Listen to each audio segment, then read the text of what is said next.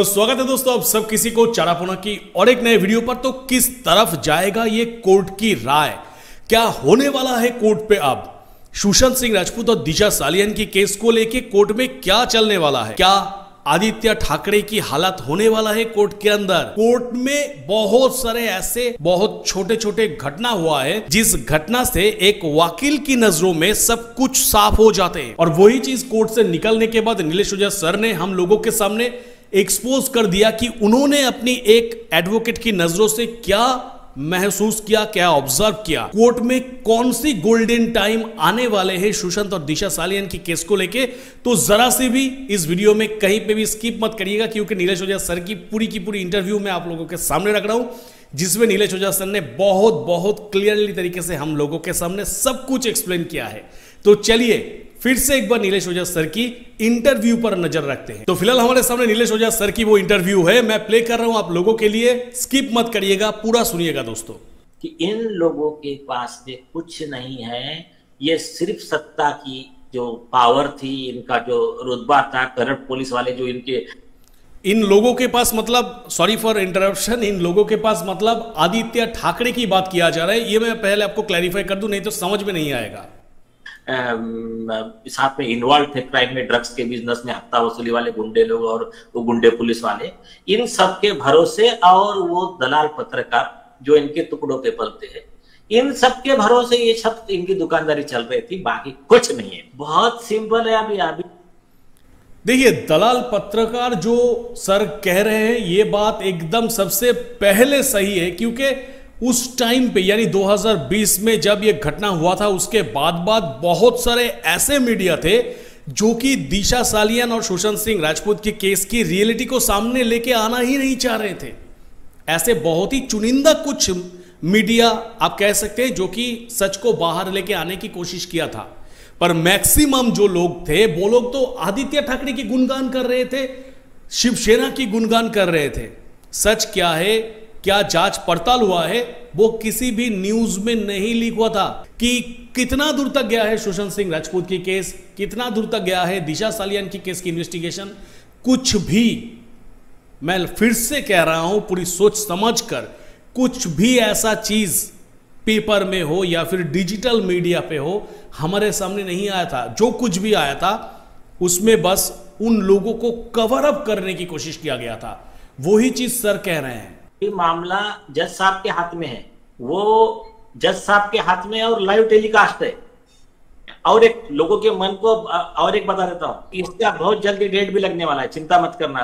कुछ चल रहा है, बहुत अच्छा डेवलपमेंट चल रहा है, अभी नहीं बताऊंगा, नहीं तो वो लोग पहुंच जाएंगे। कोर्ट में ही चल रहा है अच्छा डेवलपमेंट, मैं बताऊंगा नहीं।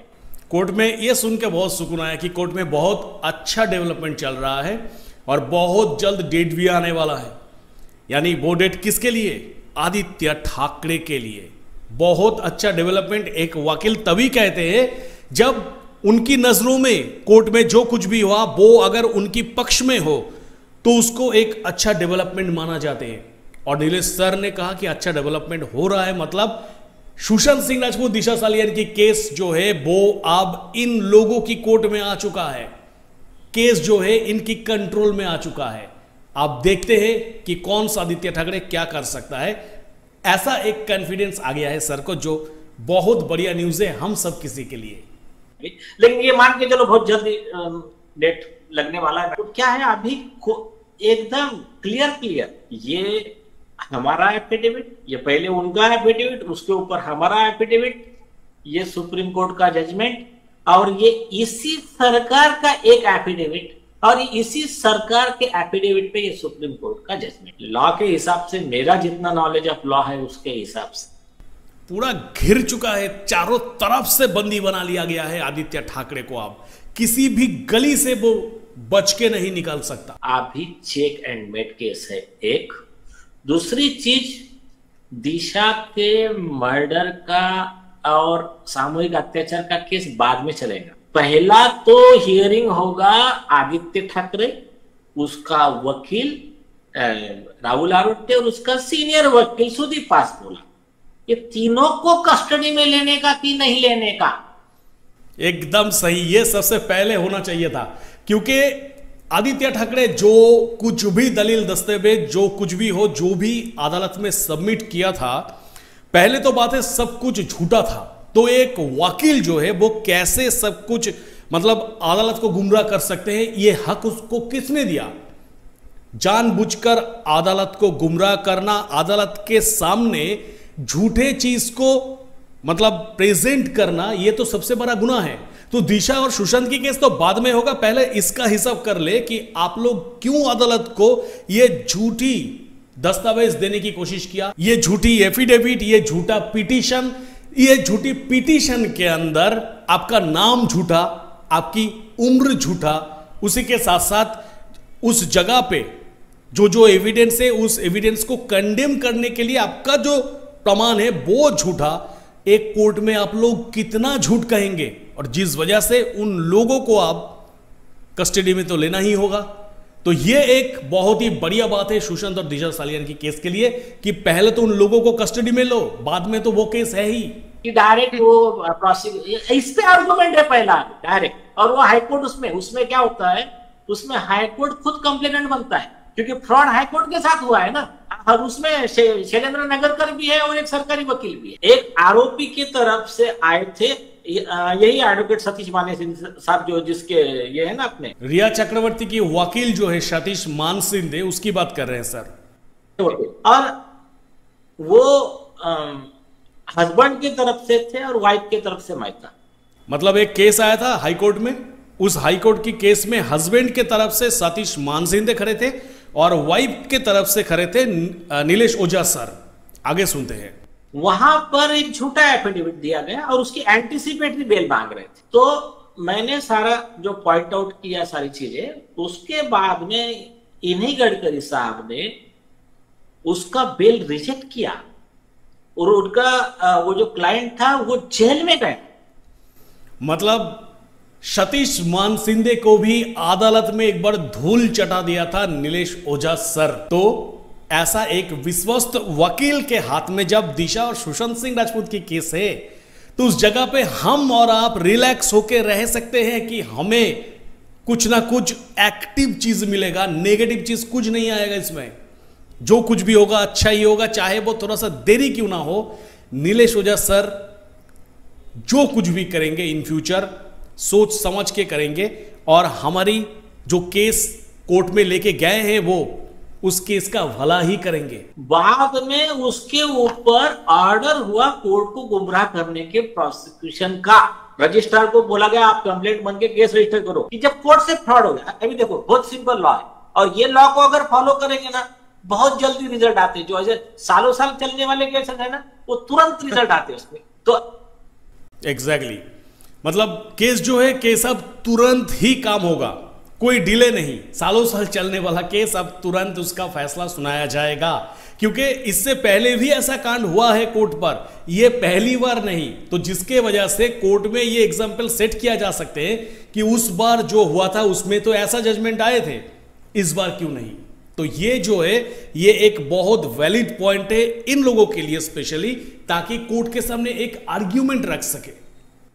एफिडेविट का वैल्यू क्या है पता है क्या, कि आपको उस केस से रिलेटेड आपके पास में जो भी मटेरियल है, उससे कनेक्टेड जो भी चीजें है, ये पूरा कोर्ट को बताना है।